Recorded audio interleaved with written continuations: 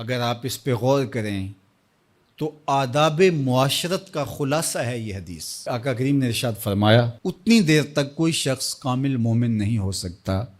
جب تک وہ اپنے مومن بھائی کے لیے وہ پسند نہ کرے جو اپنے لیے پسند کرتا ہے۔ ایک اچھا معاشرہ تشکیل دینے کے لیے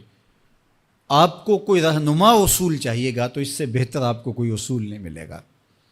اپنے لیے بہرحال بندہ بہتر ہی چاہتا ہے، تو جب وہ اس مزاج میں ڈھل جائے کہ میں اپنے مومن بھائی کے لیے، اپنے معاشرے کے دوسرے افراد کے لیے بھی وہی چاہوں گا، تو پھر مجھے بتاؤ کہ معاشرے کے اندر پھیلتی ہوئی روحانی بیماریاں، حسد، حقد، بغض، کینہ، نفرت، ایک دوسرے کو نیچا دکھانا،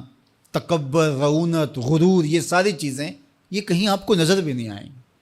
صرف اسی حدیث کو اپنا امام بنا لیا جائے اور اپنا منشور حیات مان لیا جائے۔ محمد بن حنفیہ رضی اللہ تعالیٰ عنہ حضرت علی المرتضیٰ رضی اللہ تعالیٰ عنہ کے فرزند ہیں،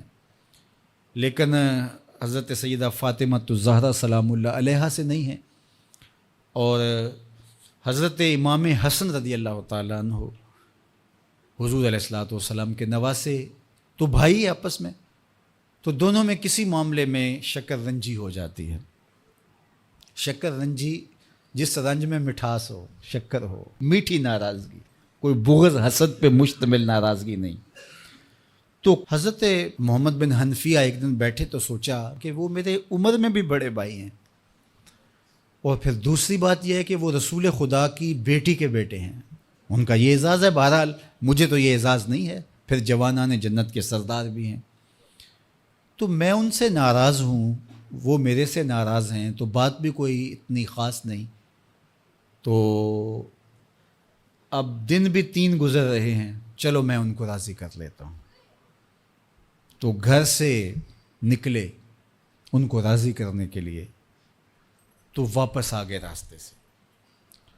کاغذ لیا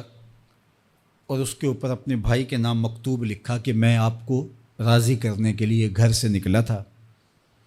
لیکن راستے میں مجھے حضور علیہ السلام کا فرمان یاد آیا کہ جب 2 مومن بھائی آپس میں کسی معاملے میں الجھ جائیں، ناراض ہو جائیں،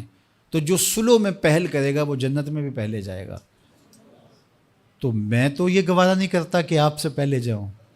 تو میں ناراض ہوں، آپ آئیں اور مجھے منائیں۔ تو حضرت امام حسن نے خط پڑھا اور مسکرانے لگے، اور آپ تیزی کے ساتھ تشریف لائے اور اپنے بھائی کو کہا اچھا مان جاؤ پھر،